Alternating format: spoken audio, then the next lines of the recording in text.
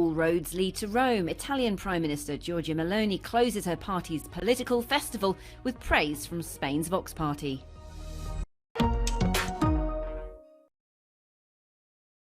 The Israeli Defense Forces say they've uncovered the largest ever Hamas attack tunnel near northern Gaza border crossing. As their ground and air offensive continues, IDF say they've struck some 200 targets in Gaza, despite calls for a ceasefire after 3 hostages were killed by IDF troops this week after they were mistakenly identified as a threat.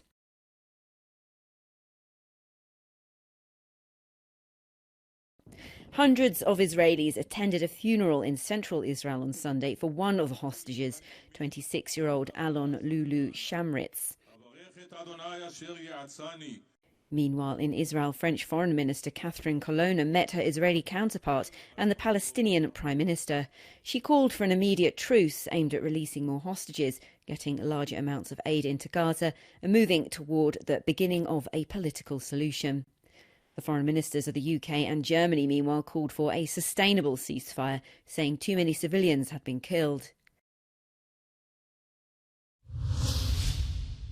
Conditions in Gaza are getting worse. The Palestinian enclave lacks even the most basic needs, drinking water most of all. The Gaza authorities, currently led by Hamas, say there is but 10% of the water that Gazans need to survive. Despite the risks, some people are drinking water from the sea. عشان في عنا مية وعشان الحرب وبرضك بنيجي نعبي من هنا برضك المية هاي مش صحية بس احنا بنضلنا نحاول ان نجيب مية عشان فيش مية. The Israeli offensive, which has been underway since the 7th of October, the day Hamas launched an attack on Israeli territory, has destroyed Gaza's health infrastructure and most of the water wells. Floods in recent days have worsened the situation. UNICEF have warned that children and those seeking shelter on the ground urgently need food, medicines, blankets and warm clothes. French and Italian Swiss shipping companies CMA, CGM and MSC have ordered their captains to steer clear of the Red Sea and the Bab el-Mandeb Strait until further notice. The shipping route is under threat by Houthi rebels in Yemen, who have vowed to attack Western ships with ties to Israel. Since the outbreak of the Israel-Hamas war, the military group has also fired missiles on Israel, vowing to attack until it is destroyed. Next week, the US will announce International Operation Prosperity Guardian in an effort to protect endangered shipping lanes. US officials have said that Iran, which supports the Houthi, has a responsibility to stop the attacks. The Houthi political military movement controls a large part of Yemen. It considers itself as belonging to the axis of resistance against Israel, and it is supported by Iran. Ukrainian officials have reported mass drone attacks from Russia overnight. Media say that explosions were heard near Odessa city and in Kropyvnytsky city for several hours overnight, with both sides claiming that the opponent has significantly increased their use of kamikaze drones. Ukraine is seeking to improve their defences. In Kyiv, an air defence boat patrols the Dnipro River, which gives it a clearer shot at drones than in the city.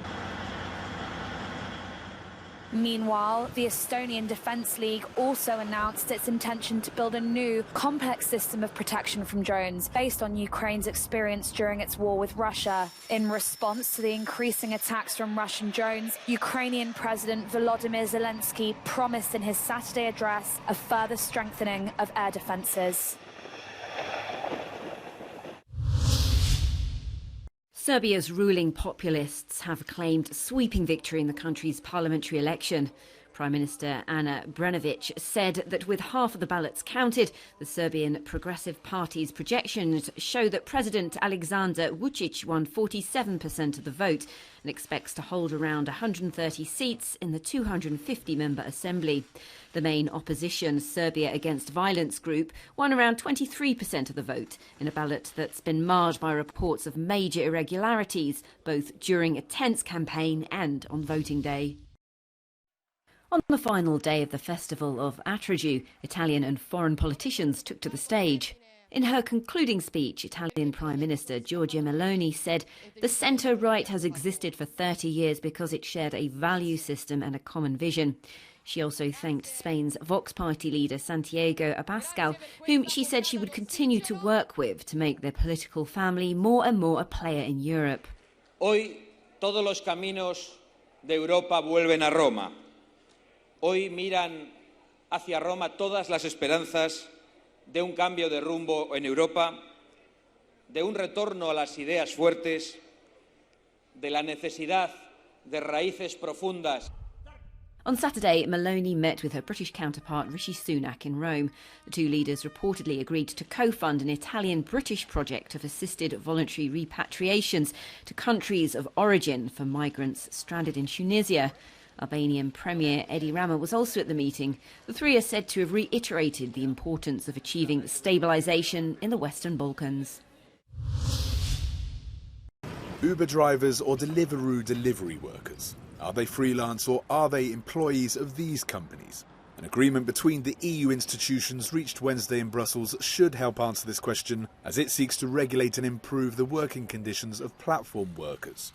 The deal fixes what the criteria are for them to be considered employees of the companies they work for. Non ci possono essere falsi lavoratori autonomi in giro tra i rider, tra categorie di lavoro che sono tra le più sfruttate, tra le meno pagate, tra le più precarie. O sei un lavoratore autonomo vero, o sei un lavoratore dipendente e ti meriti quelle tutele sociali.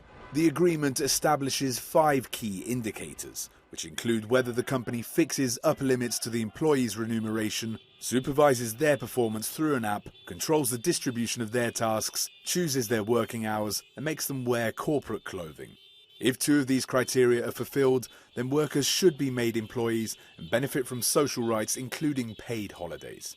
For some MEPs, one of the difficulties has been dealing with the platform companies. Les lobbies des plateformes, ils ont réussi à trouver des alliés au sein du Parlement, mais surtout au sein du Conseil de l'Union européenne, donc qui représente les États membres.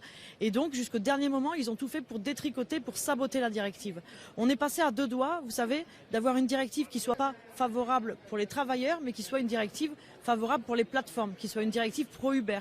Representatives from the platforms have not replied to Euronews' request for comment, and according to data from the European Parliament, around 5.5 workers are now worryingly misclassified as freelance. The new law will also make algorithms more transparent and clarify for workers how they are used to allocate work, as well as how their personal data is treated.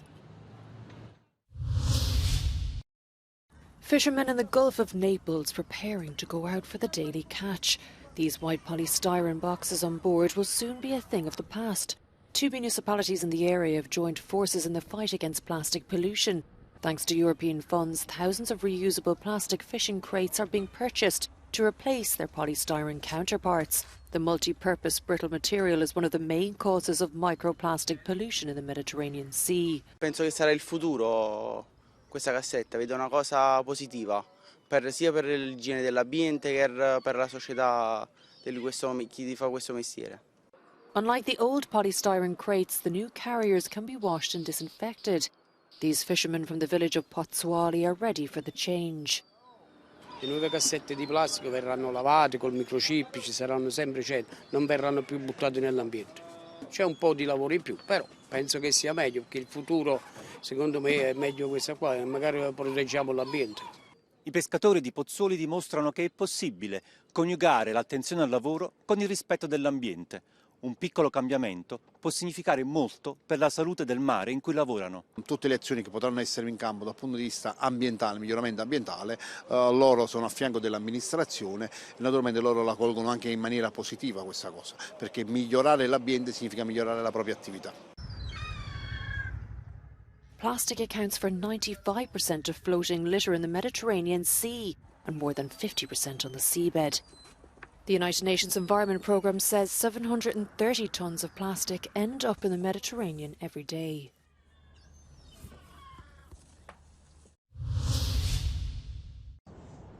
Along the east coast of England, people's homes are disappearing. The relentless force of the sea causing rapid coastal erosion at an accelerating and alarming pace. There was like 2 or 3 roads, you'd have to go up and down the dunes 2 or 3 times to actually get to the sea from here, and there's that amount that's gone. And now we're just a few metres away. Yeah. An increase in storm surges, intensified by increasingly erratic weather patterns, are devastating the sandy cliffs along this coastal stretch. Metres of land recently plunged over the edge. The local council now poised to dismantle the newly abandoned homes closest to the cliffside of this sea-battered village. This is somebody's driveway, and until very recently it led to a road that connected to homes along this beachfront. But now that road is on the beach. These homes are just metres away from the same fate. Local people say coastal erosion is speeding up rapidly. It is climate change itself. That's what's going to tear not only this nation apart, but many others. And those that are able to survive it will be those that have organised for it now. Experts are warning local governments and nations must brace for the challenges ahead. Over time, those storms will be more extreme, in line with the changes that we expect with climate change. So we need to be prepared for that, and we need to understand how to prepare communities in the long run to be able to be resilient and withstand those kind of events. Coastal communities across Europe face an uncertain future as climate change speeds up erosion. Luke Hanrahan, Euronews, Norfolk.